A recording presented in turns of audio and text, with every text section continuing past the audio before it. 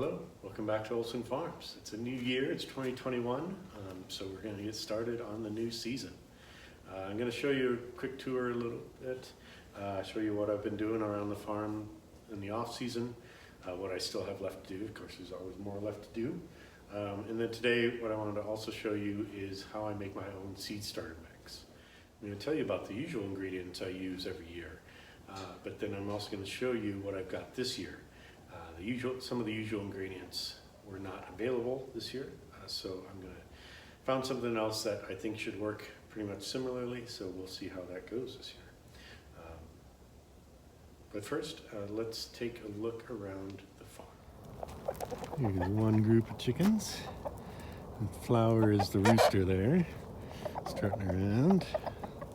So named because when he was a little chick, he looked like a skunk. So kids we had gotten him from had named him Flower already. He seems to be doing really well. This is part of his flock here. The beautiful mountains in the background.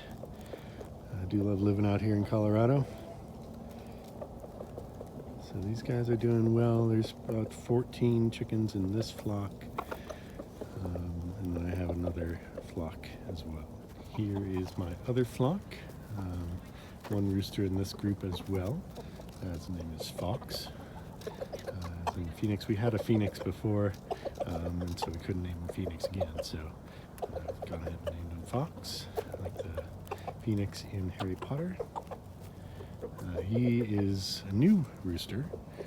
He was a hatch back in July under a broody hen.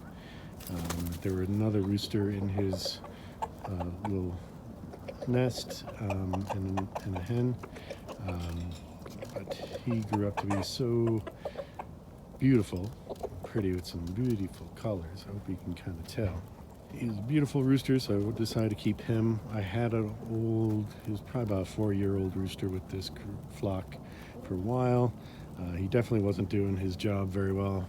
None of his eggs ever really hatched, and so decided to switch him out for this rooster, and we'll see this year if we get some broody hens, if we'll get to see if he's doing his job.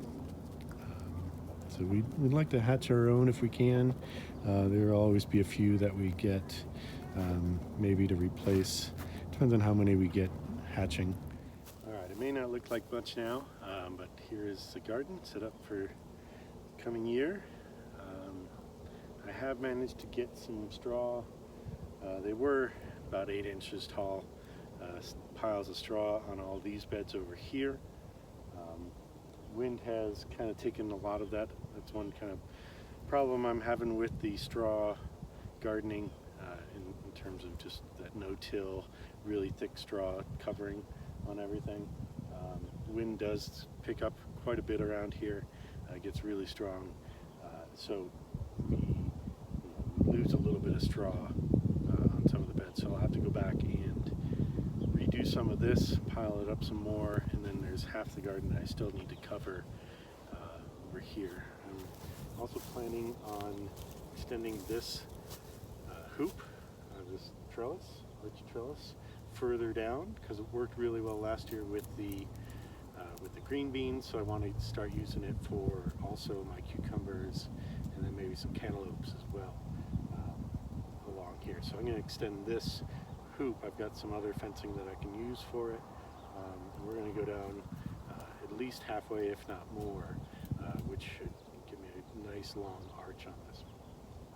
Again, we'll have our cucumbers, more green beans, and then maybe some cantaloupe, watermelon on there as well.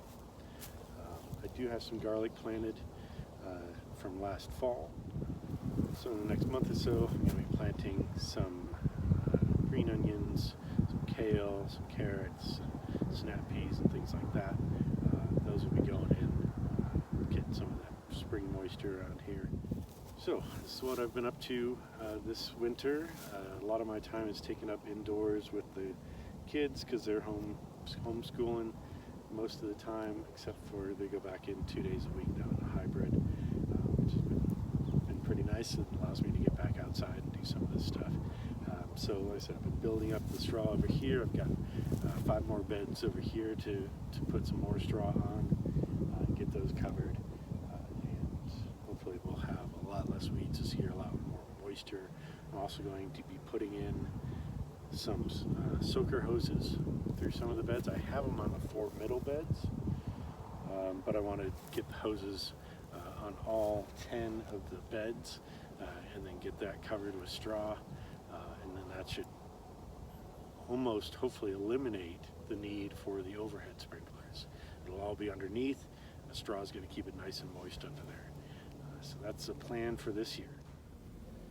Now this is a mix of sheep manure, peat, and compost, so fertilizer, peat moss, and compost all together. Normally I have this split apart into separate things. I usually add some fertilizer, add some compost, and then some peat moss or Coco Coir. This year, the place I usually get my stuff was out of just the organic compost. So I saw this and thought I would try this out this year. I will post my regular recipe underneath the video, so you can check out that. But for this year, we're going to start with this. So it's really just these 3 things, because this is all combined. So 3 cubic feet, again, of the sheep, peat, and compost, 20 quarts of vermiculite, 20 quarts of perlite. Now these I'll be splitting because I only need 10 quarts of each. So I'll save some in a bucket for next year. This sheep, peat, and compost is from a Colorado company called Richlawn. So I'm not sure if they have similar things next to wherever you are. We'll see how it goes this year. Like I said, I'll post my regular recipe where you can get just regular compost, regular moss, or Coco Coir, or and then just a little bit of fertilizer. But this year we're just combining it into this and seeing how that does. Okay, so what I've got here is just a garbage can, regular garbage can. Not a huge one, but not a kitchen one either. So it's just kind of medium size. I found it fits the amount I use in about a season really well. So I'll just kind of mix it all in here. One important thing that you want to do, especially when you're working with perlite and vermiculite, is to wear a dust mask.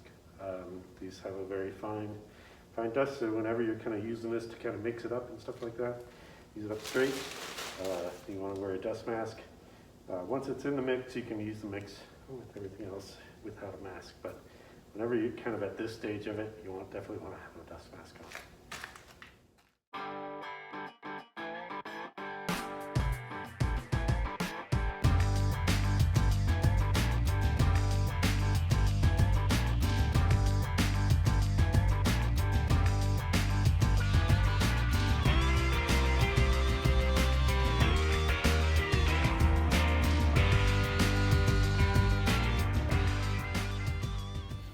There we have our finished product.